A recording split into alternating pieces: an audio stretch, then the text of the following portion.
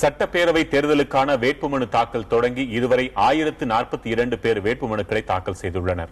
இவர்களில் ஆண்கள் 918 பேர், பெண்கள் 124 பேர். மூன்றாம் நாளான இன்று நாம் தமிழர் கட்சியின் சீமான், கம்யூனிஸ்ட் கட்சியின் வாசுகி உள்ளிட்ட பலரும் மனு தாக்கல் செய்தனர்.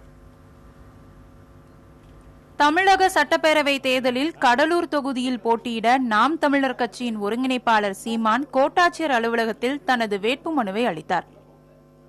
அதே தொகுதியில் சீமான் மனைவி கயல்விழி மாற்று வேட்பாளராக தமது மனுவை சமர்ப்பித்தார். மார்க்சிஸ்ட் கம்யூனிஸ்ட் கட்சி வேட்பாளர் வாசுகி மதுரை மேற்கு தொகுதியில் வேட்புமனு தாக்கல் செய்தார். இதேபோல புதுக்கோட்டை சட்டமன்ற தொகுதியில் போட்டியிடும் திமுக வேட்பாளர் பெரியண்ணன் அரசு தேர்தல் நடத்தும் அலுவலரிடம் வேட்புமனுவை தாக்கல் செய்தார். உளுந்தூர்பேட்டை தொகுதியில் இந்திய ஜனநாயக கட்சி சார்பாக போட்டியிடும் சபா ராஜேந்திரன் வேட்புமனுவை அளித்தார். காஞ்சிபுரம் மாவட்டம் திருப்போரூரில் மதிமுக சார்பில் போட்டியிடும் மல்லை சத்யா தனது வேட்புமனுவை தேர்தல் அதிகாரியிடம் சமர்ப்பித்தார். வால்பாறை சட்டமன்ற தொகுதியில் போட்டியிடும் கொங்கு நாடு மக்கள் தேசிய கட்சி வேட்பாளர் அன்பழகன் தனது வேட்புமனுவை தேர்தல் அதிகாரியிடம் தாக்கல் செய்தார். சென்னை கொளத்தூர் தொகுதியில் பாமக சார்பில் போட்டியிடும் கோபால் ஐனாவரம் மண்டல அலுவலகத்தில் வேட்புமனுவை சமர்ப்பித்தார். சென்னை தியாகராய நகர் பகுதியில் பாமக சார்பில் போட்டியிடும் வினோத் கோடம்பாக்கம் மண்டல அலுவலகத்தில் தனது வேட்புமனுவை தாக்கல் செய்தார்.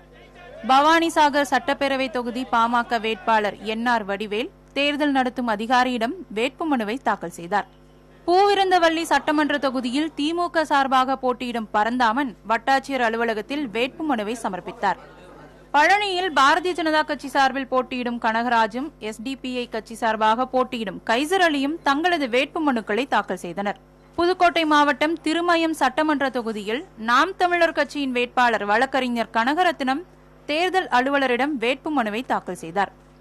நெல்லை மாவட்டம் ராதாபுரம் சட்டமன்ற தொகுதியில் போட்டியிடும் பாட்டாளி மக்கள் கட்சி வேட்பாளர் குருநாதன் வேட்புமனுவை தாக்கல் செய்தார்.